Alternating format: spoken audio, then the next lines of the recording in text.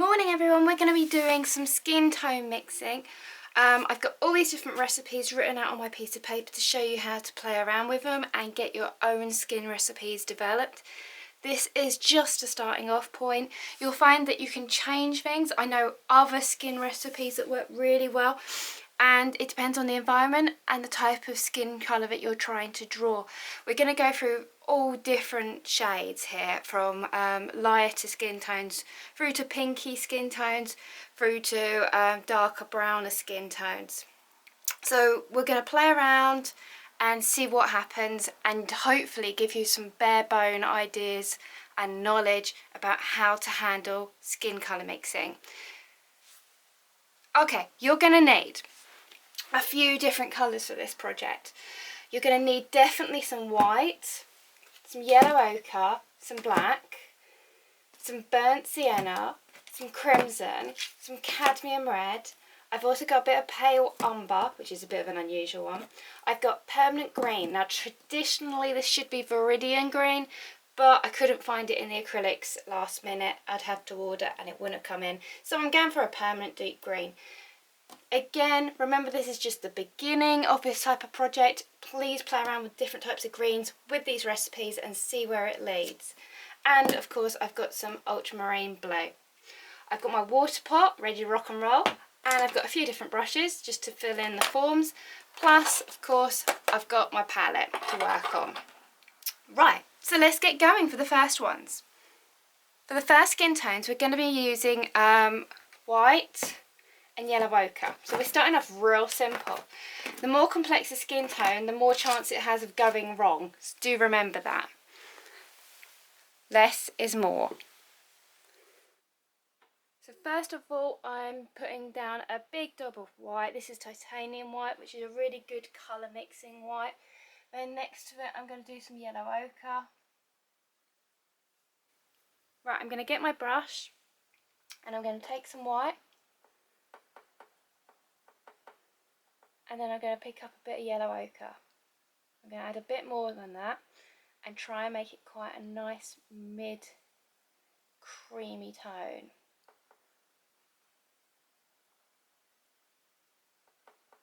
Which is probably around there. And this project's about getting variations of tones, playing around and understanding your colours. So then we're going to paint that on. Okay, so how these charts work is this is where that mid-tone goes. Right in the middle. Then I'm going to add more white to this tone, gradually changing it to a lighter shade. And I'm going to add more yellow ochre to this direction to make it more yellow. And you should be able to get a spectrum idea of how much colour you need to mix in to get variations of tones.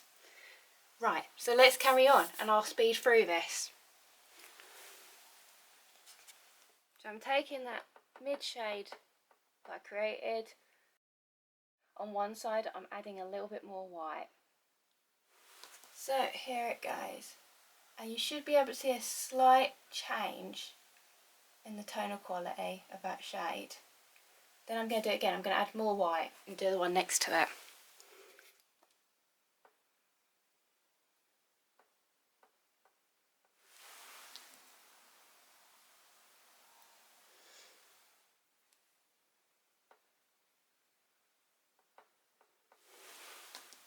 Okay, so this is the last one. Give me a really good idea of the tonal shifts. Now I'm going to go the other way. So I'm going to clean this brush.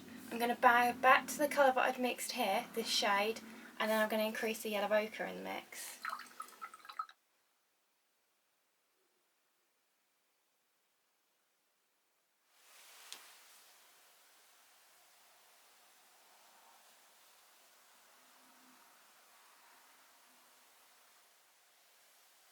So I can see the change in yellow ochre to the white tone, and it can give me a variation that's really handy to know.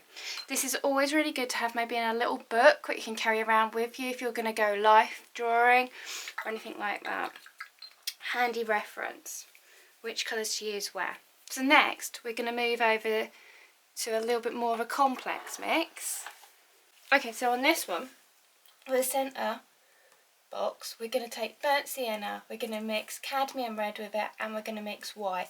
We're starting to get more of a complex skin tone mixture. Then towards the right hand side, I'm going to divide that in half, my mixture on the palette, and add white to the right hand side, gradually decreasing the nature of the pigment. Then to the left, I'm going to add a mixture of burnt sienna and cadmium red to see how dark I can get it to go as well. Right, so let's go for it. Okay, so I am getting my burnt sienna, doing a dab of that out first. Then I'm taking some cadmium red, doing a dab of that next to it. I already have white out. I'm going to take my white, do a decent dab of white. I'm going to add the red. I'm going to add it slowly and gently to make a rose petal pink.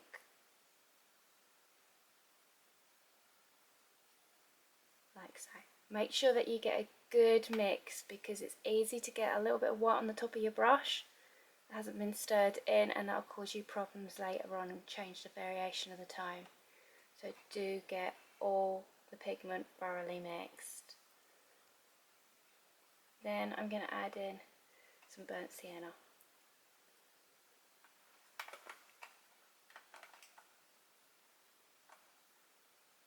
And red's quite a powerful colour, so it's going to take a while of gradually building up that burnt sienna into the mix to give me a tone.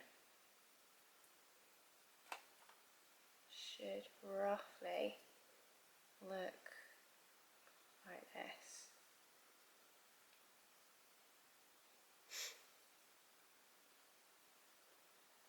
Okay, so that's going to be my mid-tone, and I'm going to paint that into my centre square.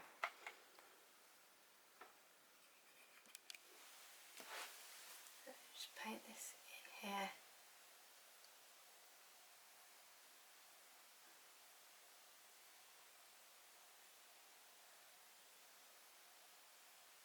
Okay.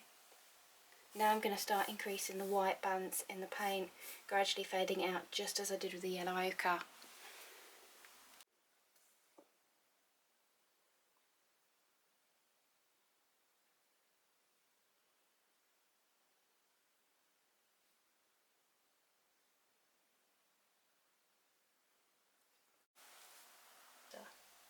Okay.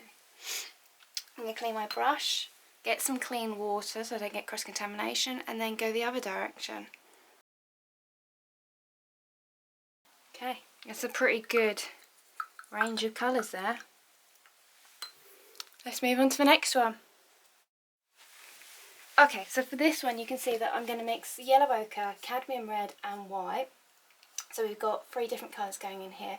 They're going to be going into my top central box. I'm going to add white to the right, I'm going to add yellow ochre to the left, and I'm going to add cadmium red to the drop down boxes, which will give me a huge idea of what can happen to this colour when it's broken down into those 3 different component pigments. Let's start mixing. I'm going to take my yellow ochre and my cadmium red and make an orange.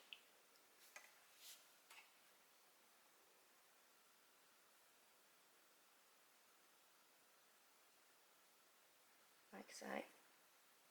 Make sure you get all that yellow ochre off the head of your brush. Then I'm going to add a little bit of white.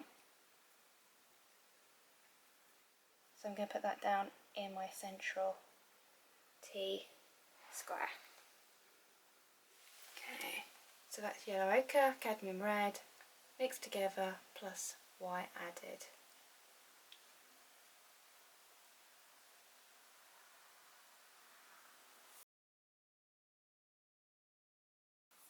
Okay, I'm going to add more white, start going down.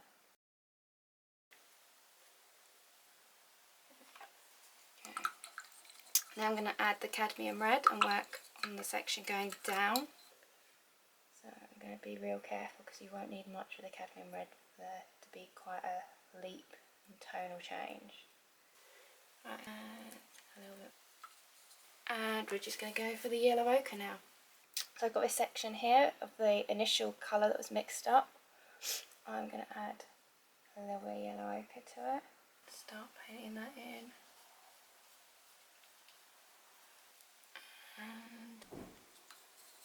So now you can see that colour changing to different directions depending on the balance of the pigment you add into the mixture.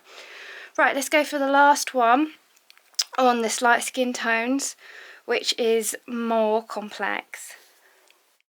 Okay, so for this one, we're going to mix pale umber, ultramarine blue and crimson red to create the central colour. Now this is a colour generally used with men and the lower jawline where you're going to get hair. You'll find that the initial colour we started off with, the yellow ochre and the white, is more for the forehead, highlights on the nose, even on the cheeks. Then as we came down, worked into the burnt sienna, cadmium and white mixtures, or the yellow ochre, cadmium red and white mixtures. They're more your cheek sections because they're pinkier, you've got a little bit more circulation. And with females that would come down through the face. However with men, because you get this grey hair growing on the jawline and underneath the nose, a little grey skin tone is used a lot in traditional painting, and that's what this is using. So I've got pale umber, an ultramarine blue, a crimson red that's going to go in the centre. To the right I'm going to take it to the white, to the bottom I'm going to go towards the crimson, to the left I'm going to go dark, so I'm going to use black, okay, and then for the top I'm going to increase ultramarine blue, which will make it a little bit more cold, a little bit more greyer. Okay, let's go and see how this works as a mixture. Everything's always an experiment. You'll find different pigments and different manufacturers give you slightly different results. So always keep that in mind. For this side, I am going to need some crimson. I'm putting it on the edge. Try and keep your main colours on the outside edge of your palette. Mix towards the centre. I'm going to need some ultramarine blue. I'm going to need some pale umber, which I can't say I use that often. And I need some black, which I'm just going to stick down here, out the way. Right, let's take a little bit of red, take a little bit of blue, and get a pinky lilac-y tone, like so. I'm going to get a little bit more because we've got to really exploit different shades so we can get this colour to go. Okay, I'm going to take that, and I'm going to add some of my pale umber.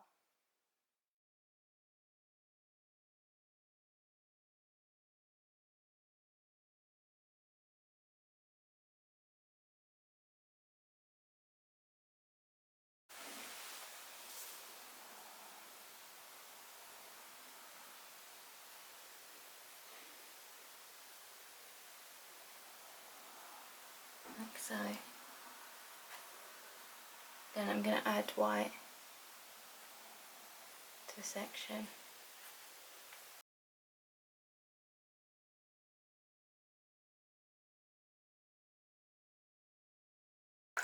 I'm going to go back and I'm going to start playing around with the crimson.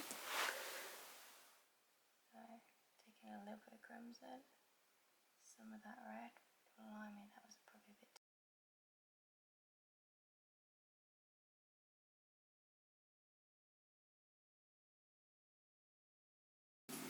Work out towards the ultramarine blue, do black last.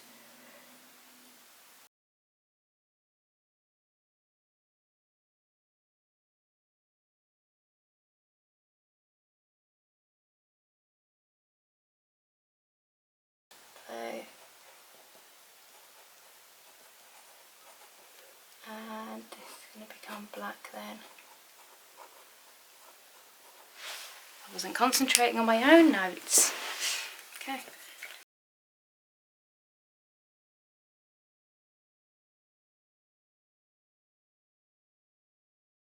Okay, you can see the variation there that you can get. Okay, so again, you can see like various areas where you're getting pink flushes for cheeks.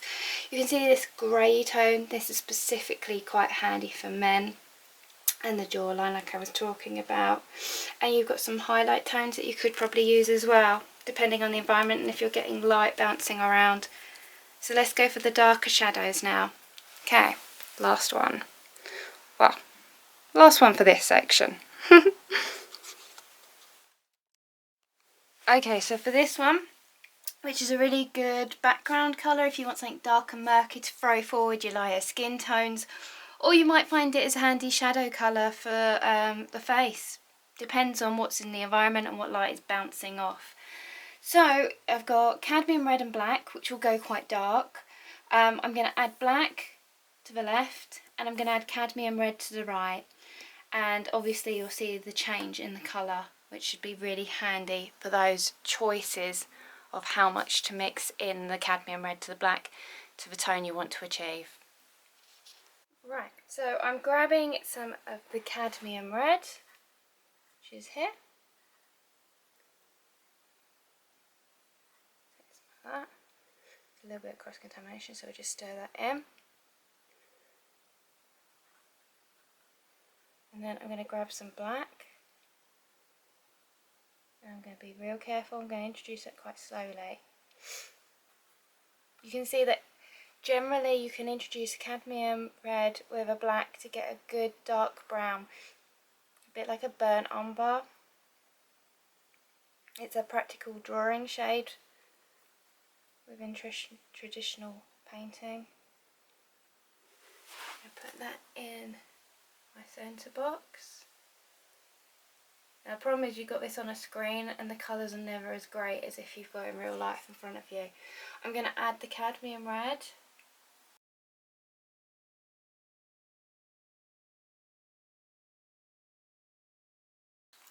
Right, clean your brush. Let's go the other direction. So I'm adding black this time.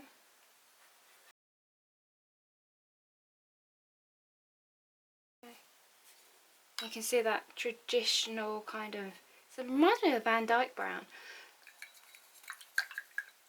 Should be a really practical, handy one if you like classical painting. So what we're going to be doing now is moving into the darker shades of skin tone. And we're going to be pushing your colour mixing even further with more complex shades. So let's have a look. So I'm going to put that burnt sienna and cadmium red in here. And we did do a bit of burnt sienna up the top before, I think. Burnt sienna and cadmium red and white, and then we lightened it. So this is going to show you a whole different way just by not having that lighter tone mixed in. So I'm going to just gradually lighten this shade.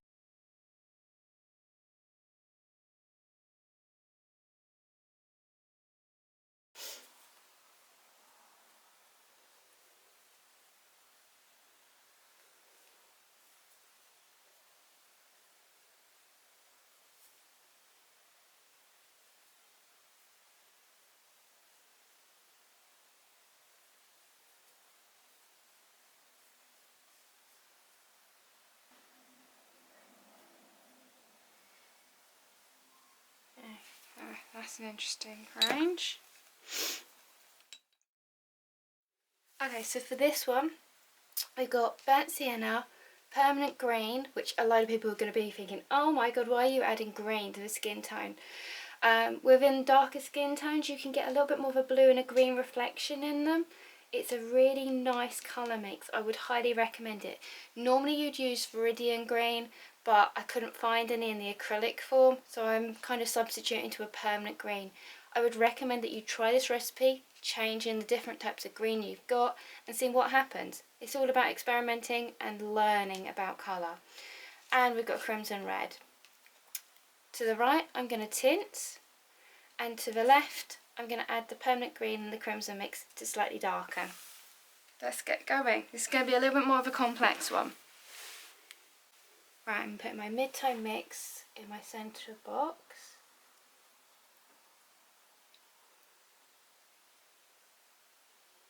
And then I'm going to add a little bit of white and lighten to the right. Get a little bit more white.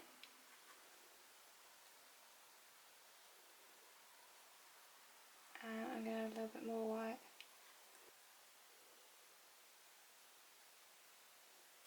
Now I'm going to add in some of the green and the crimson red to see how dark I can get this side to. Already see a jump, probably more green than the crimson in this mix.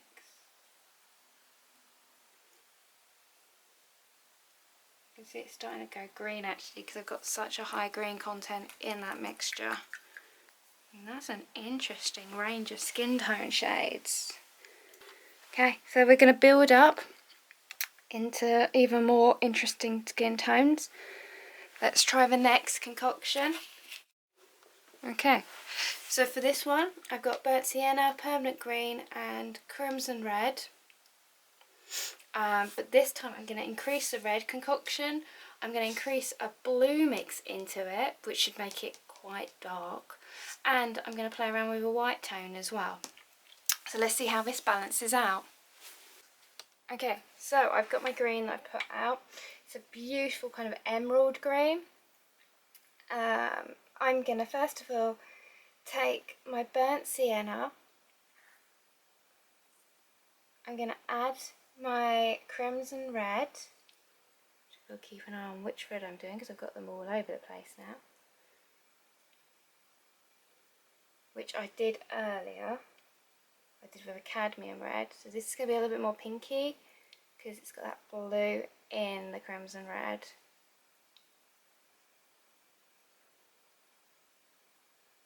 I'm going to try and mix up a decent quantity of this because again it's always handy to have depending on what you do. And then I'm going to take a little bit of green and I'm going to stir that in. And you don't need much. You'll start seeing a reaction quite quickly. It's better to add a little bit at a time than too much. And then you're constantly trying to rebalance the other shades within that mixture. Right, so that is my mid-tone mix. Okay, so I'm going to put that down for my centre colour.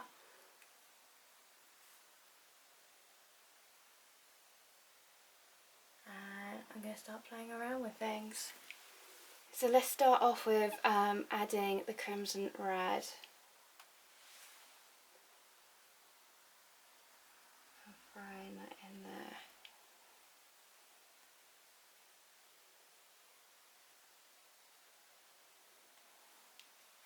Some red.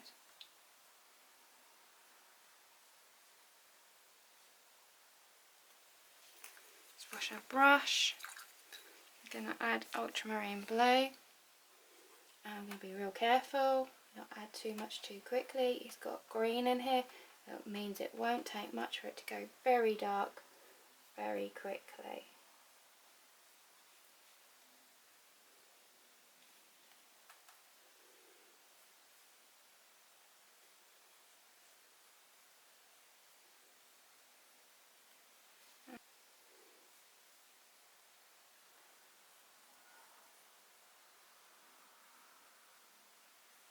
Okay, let's get that centre colour and start tinting and see what range we can get with that. And I'm going to add a little bit of white.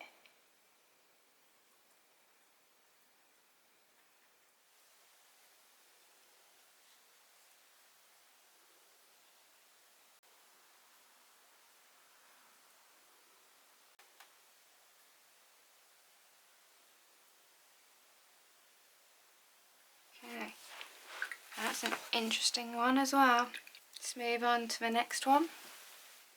Okay, so for this one, this is probably going to be the most complex that we're going to be doing this morning. We've got burnt sienna, plus the permanent green, plus the crimson red, plus the cadmium red to really push this and see what happens. So let's get the centre mix up here. Then I can increase the greens, I can increase my crimson, I can play around with my cadmiums, and I can add some white and see what happens. So let's apply that in our first central square just here.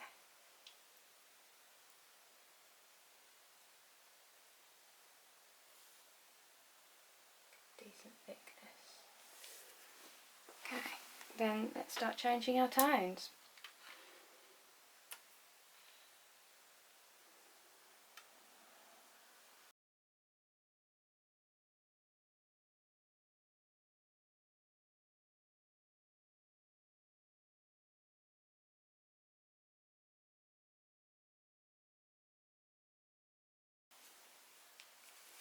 And I've done it again. I've just gone off on a whim. For some reason, I've gone down for my permanent green. So let's just change this over.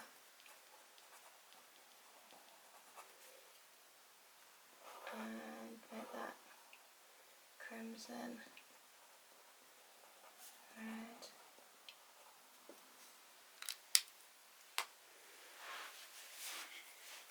Okay, so I'm going to play around my crimson red. Let's take some crimson red, start mixing this in.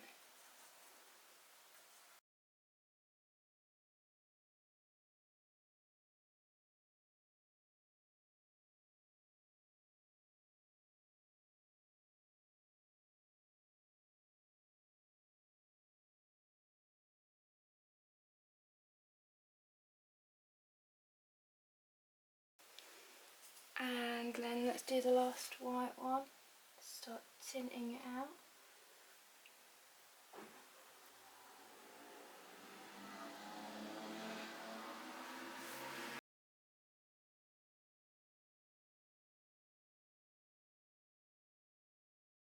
So again, some really interesting shades. It's going to be very much the environment that you're painting in to which ones you'd go for. Let's move on to the last section, which is playing around with the dark shades. Okay, so we're going to mix, well, I'm going to mix crimson red with ultramarine blue and a black to create a very dark shade. I'm going to push it towards the ultramarine and the crimson concoction to the left, and I'm going to push it towards the lighter whiter tones to the right to see what I can get going. I'm running out of room on my palette, so we're going to have to see how this measures up. I warn you, it might be a bit messy on the palette. I apologise now. Okay, so let's grab some crimson red, adding a little bit of ultramarine blue, trying not to pick up any of the cross-contamination of the orbiting shades around it, because I've been mixing so many different colours this morning. Should be getting something like that.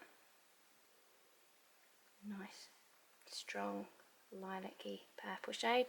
I'm going to pick up a little bit of black, a little bit more, and I'm going to go for that shade for my mid-tone. So we're going to put that in here. Then I'm going to add a little bit more of my blue and my crimson red. Then I'm going to add a little bit more of my blue and my crimson red.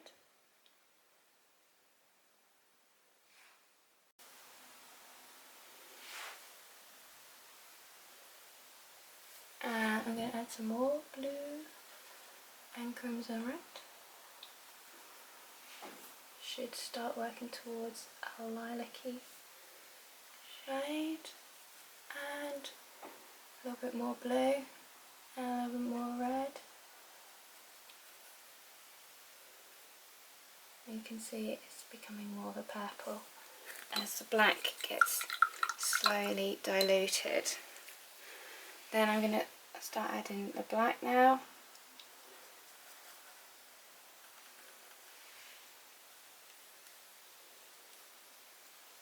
Add a little bit more black. It should get consumed by the black. It's always good to always have another colour. It's always good to have another shade mixed in with black, otherwise it'll look very flat. It'll give it a slight sense of depth. Okay, so this is just a starter to give you a bit of a taste of where you want to take those skin colours. It's really good to do them on a big sheet like I've done, or to have them in a book, so it's very practical and you can get hold of them quickly if you need to. Make sure that you're always writing down the shades that you're using and mixing in, and never be afraid to experiment. Take some risks. It's only colour mixing. It doesn't matter, you're just painting in some squares. The important part is then what you do with this knowledge and insight, and hopefully that's where we're going to go next with the project. Right, so now I'm going to apply this colour chart into a practical artwork. I've got this lovely reference image here by Lucas Uweza from Pexels, royalty free, just so that I can play around with the image and show you how to work the colour mixing. I've got that image, and first of all I'm looking over my colour charts that I've generated. Now I'm going to look first of all for the highlights, where I use the colour charts, then the mid-tones, again looking, and where I want the recipe for the dark shades, around here and there a little bit. Okay, so first of all the highlights. Now I reckon the closest highlight that I can see to something like this is more of a yellow ochre. So the yellow ochre, cadmium red and white, and it's more kind of probably around here, but added with a little bit more white. So I'm going to use that one for my light tones. For my mid-tone, I thought it would probably be a little bit more around here. She says there. Have a quick look. Actually, that's a pretty good mid-tone. I'd go for that one there. And then for my darks, I was looking at using quite a nice, strong, powerful shade. So this one here. Now I've got 3 recipes in. I've got the idea of how much I want to change those recipes to suit my image. So I've transferred the image into a quick little sketch on a piece of paper. I'm going to write down my recipes, and then I'm going to have a go at painting it and showing you how to move it onto the next stage. Right, I've got my drawing, I've got my notes, identifying my highlights, my mid-tones, my dark recipes, and I've laid out on a palette those colours. The less colours you've got, the easier your life is. The more shades out on your palette, the more complex it gets and the more confusing. Also, if you need to remix a colour, you can forget what it is. This is a lot easier to keep it simple. 1, 2, 3, 4, 5 colours with white. It's a lot easier. Okay, now I've got my reference image by Lucas Zuiza, and I'm going to start painting. It's only a small study, which means I need to keep the paint nice and thick, and I need to mix quite fast because it's acrylics. I haven't got any retarder in this. If you want to make your life easier, you would have retarder. I also have just a foam palette, so it's going to be real quick. Right, so let's start off with the highlights. Yellow ochre, cadmium red,